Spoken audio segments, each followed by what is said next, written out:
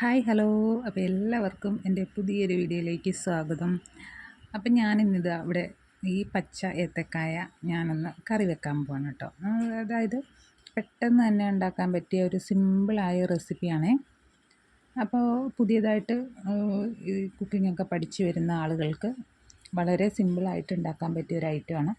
അപ്പോൾ ഇങ്ങനെ നിങ്ങൾ ചെയ്യുന്നുണ്ടെങ്കിൽ ഒന്ന് ട്രൈ ചെയ്ത് നോക്കൂ കേട്ടോ. അപ്പം ഞാൻ ഇതിനകത്തേക്ക് എടുത്തിരിക്കുന്നത് 2-3 ഐറ്റം എടുത്തിട്ടുണ്ട്. അതിൽ ഈ തക്കാളി ഞാൻ ഇതിനകത്ത് ഇടൂല കേട്ടോ. തക്കാളി വേറൊരു കറിക്ക് വേണ്ടിയിട്ടാണ് റെഡിയാക്കുന്നത്. അപ്പോൾ ഞാൻ ഇതുപോലെ പച്ചക്കായ അരിഞ്ഞ് ആദ്യമേ തന്നെ കറ പോകാൻ വേണ്ടി കുറച്ച് വെള്ളത്തിലിട്ട് വെച്ചിട്ടുണ്ടായിരുന്നു. അതിന് ശേഷം ഇതെല്ലാം കൂടെ ചെറിയ ചെറിയ പീസാക്കി ഇതുപോലെ അരിഞ്ഞെടുക്കുന്നുണ്ട്.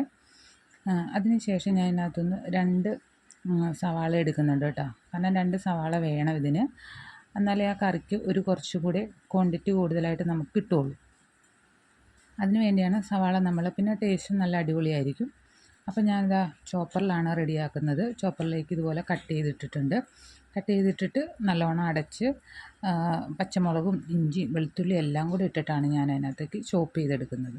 അപ്പോൾ പെട്ടെന്ന് നമ്മുടെ പണി കഴിഞ്ഞ് കിട്ടും. ഇങ്ങനെ ഒരു ഐറ്റം എല്ലാവരുടെയും വീട്ടിൽ അത്യാവശ്യമാണ്. ഇതുണ്ടെങ്കിൽ നമുക്ക് പെട്ടെന്ന് സവാളയൊക്കെ ഇതുപോലുള്ള കറികൾക്ക് അല്ലെങ്കിൽ തോരന് പീരയൊക്കെ വെക്കുമ്പോൾ പെട്ടെന്ന് തന്നെ നമുക്ക് റെഡിയാക്കാൻ പറ്റും. അപ്പോൾ നമ്മൾ ചട്ടി അടുപ്പിൽ വെച്ചിട്ടുണ്ട്. അതുപോലെ തന്നെ എണ്ണ ഒഴിച്ചിട്ടുണ്ട്. കടുക് പൊട്ടി വരുമ്പോൾ കറിവേപ്പില ഇട്ട് പിന്നെ ഈ സവാള പച്ചമുളക് എല്ലാം കൂടെ നമ്മൾ ചോപ്പ് ചെയ്തെല്ലാം കൂടി ഇട്ട് ഒന്ന് വഴറ്റിയെടുക്കുകയാണേ. വഴറ്റിയെടുക്കുകയെന്ന് വെച്ചാൽ പെട്ടെന്ന് തന്നെ നമുക്കത് വഴന്ന് കിട്ടും. ഇച്ചിരി ഉപ്പും കൂടി ഇട്ട് കൊടുത്താൽ പെട്ടെന്ന് തന്നെ സംഭവം സെറ്റായിട്ട് വരും കേട്ടോ. അതിന് ശേഷം നമ്മൾ അരിഞ്ഞു വെച്ചിരിക്കുന്ന കായ അതിനകത്തേക്ക് ഇട്ട് കൊടുക്കുകയാണേ. കായ മൊത്തമായിട്ട് അതിനകത്തേക്ക് ഇട്ട് കൊടുത്തിട്ട് പിന്നെ നമ്മൾ അത് ഇളക്കുന്നതിന് മുന്നേ തന്നെ നമ്മൾ അതിനകത്തേക്ക് പിന്നെ നമുക്ക് അത്യാവശ്യമുള്ളത് തേങ്ങാപ്പീരയാണ് കേട്ടോ. തേങ്ങാപ്പീര ആവശ്യത്തിന് ഇട്ട് കൊടുക്കണം, ഒരുപാടൊന്നും വേണ്ട. അതോടൊപ്പം തന്നെ നമുക്ക് കുറച്ച് മഞ്ഞൾപ്പൊടി ഇട്ട് കൊടുക്കണം. അതായത് അല്ലാന്നുണ്ടെങ്കിൽ ഇത് വെളുത്തിരിക്കും, അതൊരു സുഖം ഉണ്ടാവില്ല കറി കാണാൻ.